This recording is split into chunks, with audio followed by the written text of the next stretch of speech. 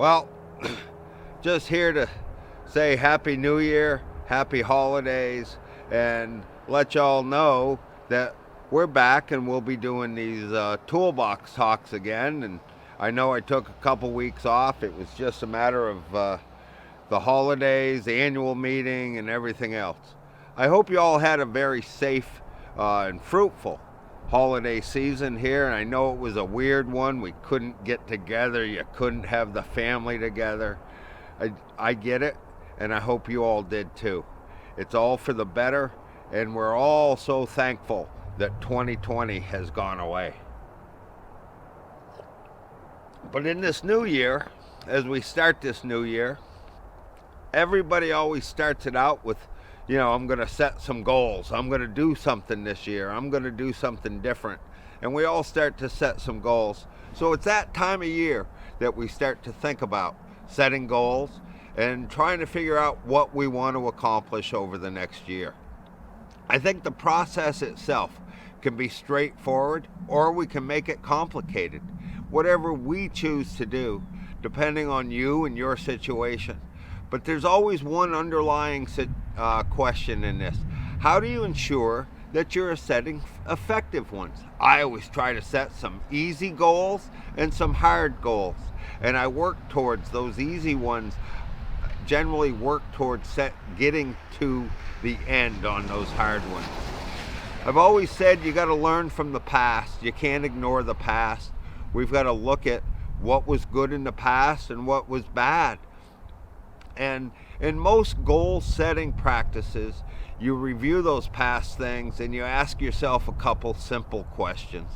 What were the forces that supported reaching my past goals? How did I do it? And what can I bring forward so I can do it again? And then how do you harness or amplify those strategies for the future? And then what constrained you or what stopped you from reaching your goals that you set? Don't set goals that a week from now you're going to say, the hell with that. Let's do something else. Set goals that are achievable.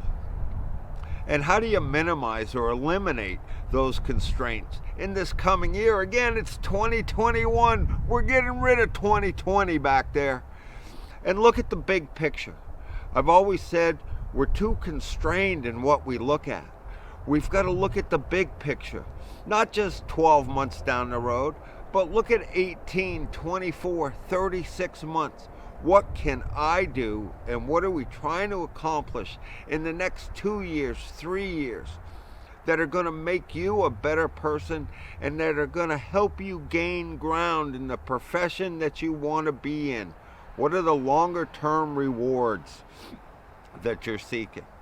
Improve your strategic thinking skills. What are the most significant trends, not only in business, but in your family? And what are the drivers that will keep you on track and keep you trying to become a better person? How do you set the goals this year? And how do I broaden and what do I consider important today that I didn't consider important last year? I'm going to tell you one of my big goals this year is paying down outstanding debt.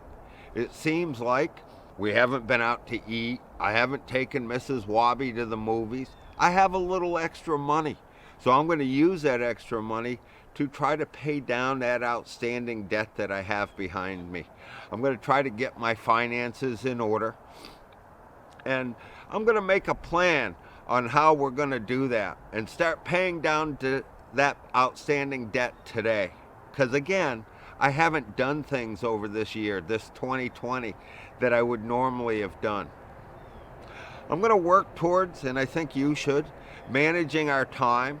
It's the scariest resource we have, our own time, yet one that we're very proficient in using.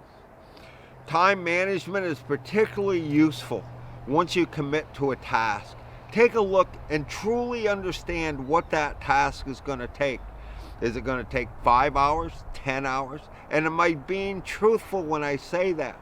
Because when I start to estimate that something's going to take 10 hours to accomplish and it ends up taking 2 or 3 days, then frankly, I probably didn't use my time proper, or I've underestimated the total task time for that project. Again, when it comes to goal setting, you got to be honest with what you're doing. Limit your time on social media. When we talk about time management, we waste more time on Facebook, Twitter, Instagram, on that whole social media thing. We waste more time. And again, take a look at how I can better use my time. Be proactive with your development. Take a look at what is needed and how are you setting your personal goals as professional ones. What you need to learn to become better at what you're doing, to become more useful, and to become more valuable within the company that you're there. And what skills are you going to need in the next 3 to 5 years? Very important when we start setting goals, not to look at just 6 months down the road, but what do I need to do to become better over the next 3 to 5 years?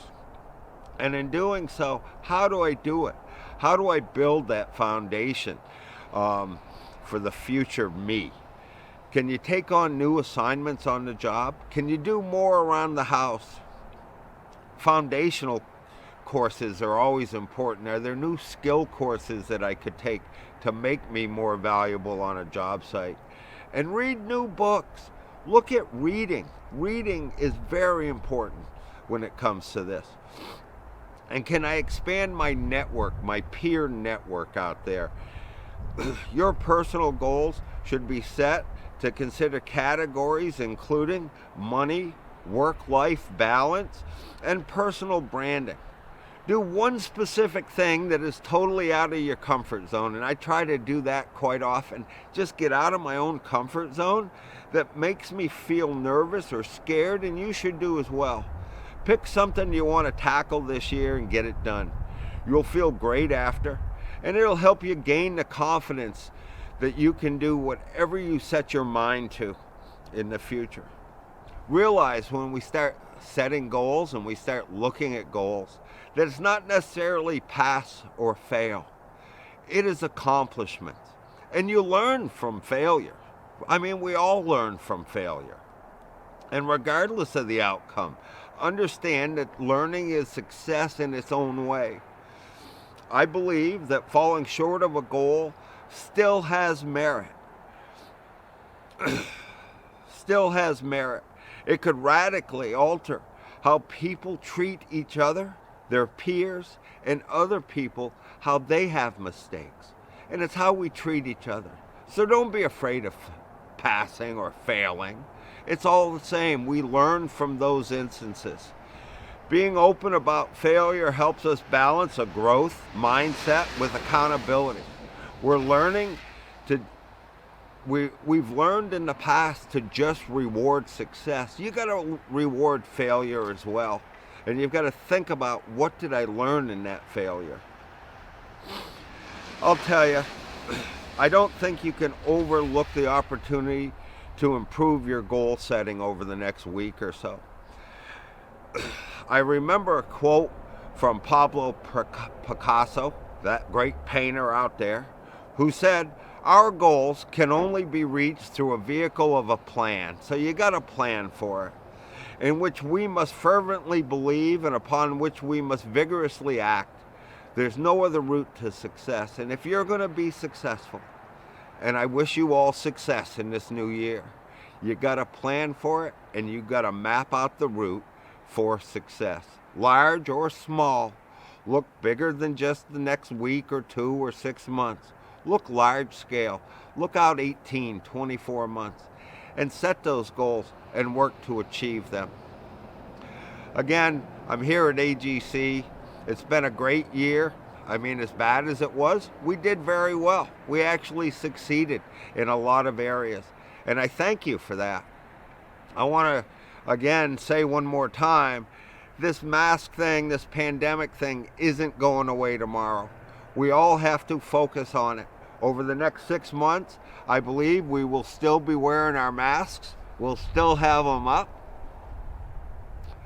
I believe it's going to be about 4 to 6 months before we all start getting vaccinated in our business. So again, buckle in, keep your masks up, don't let your guard down.